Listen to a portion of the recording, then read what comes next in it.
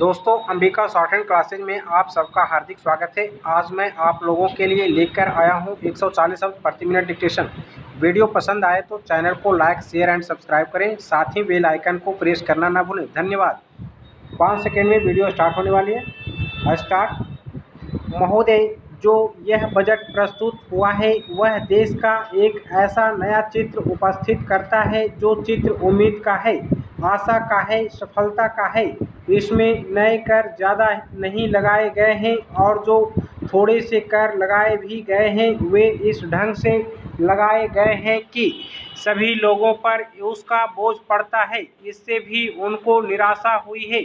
दूसरी बात जिससे उनको निराशा हुई है यह है कि 1-2 वर्ष देश को लेन देन के मामले में कठिनाई का सामना करना पड़ा था। योजना को कठिनाई में पड़ना पड़ा था, वह कठिनाई दूर हो गई है और मैं सदन की तरफ से उन देशों को धन्यवाद देना चाहता हूं, उन देशों के प्रति आभार प्रदर्शित करना चाहता हूं। उन्होंने हमारी इस कठिनाई को दूर करने में आगे बढ़कर हाथ बटाया है। मेरे मित्रों को इससे निराशा हुई है कि विदेशी सहायता बहुत ज़्यादा और तेज़ी से पहुंच रही है और हमारी जो कठिनाई दूर हो गई है इससे उनको परेशानी हुई। कम्युनिस्ट इसलिए भी परेशान हैं कि पिछले 1-2 वर्षों में देश की पैदावार बहुमुखी ढंग से बढ़ी है, औद्योगिक पैदावार बढ़ी है। यह उनके लिए निराशा का कारण बना है।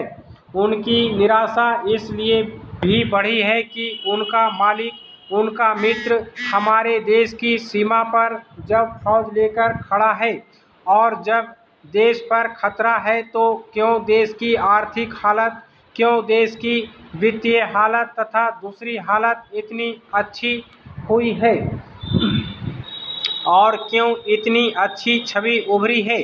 लेकिन उनकी निराशा हमारी सबसे बड़ी आशा है, उनकी असफलता हमारी सबसे बड़ी सफलता है और मैं समझता हूं कि उनके भाषण हमारे वित्त मंत्री महोदय के लिए सबसे बड़े बधाई के भाषण हैं। पैरा 2-3 और चीज़ों की ओर मैं आपका ध्यान दिलाना चाहता हूं। उनकी ओर दूसरे माननीय सदस्यों ने भी आपका ध्यान दिलाया है, हमारी सरकार का ध्यान भी उस ओर गया है, लेकिन मैं समझता हूं कि उन पर और अधिक ध्यान देने की आवश्यकता है।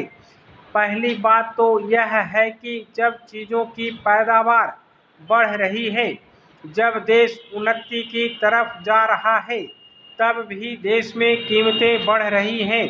पैरा महोदय, यह मानना कि उनको रोका नहीं जा सकता गलत है।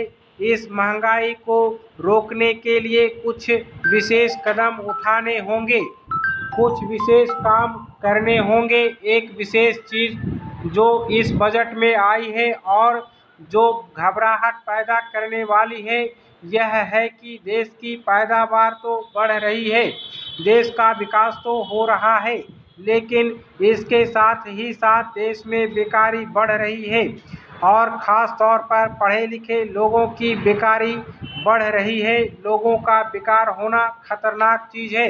हमारी स्वतंत्रता के बाद शायद यह पहला अवसर है जब हमारी स्वतंत्रता के ऊपर एक आघात हुआ है और हम जिस प्रकार अपनी स्वतंत्रता की प्राप्ति के समय अपना सर्वस्व बलिदान करने के लिए तैयार थे, उसी प्रकार इस समय भी हमें तैयार होना होगा।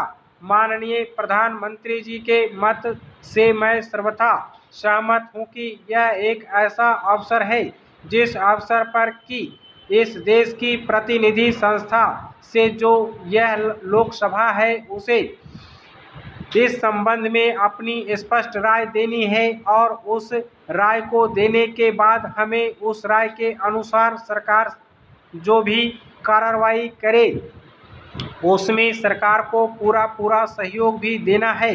प्रजातंत्र में प्रजा के पूर्ण सहयोग के बिना काम नहीं चल सकता, चाहे वह कोई काम हो, छोटा काम हो या बड़ा काम हो। फिर यह तो हमारी स्वतंत्रता की रक्षा का प्रश्न है। और ऐसे अवसर पर प्रजातंत्रवादी राष्ट्र को उसकी सारी प्रजा को सरकार के साथ सहयोग के लिए तैयार रहना चाहिए।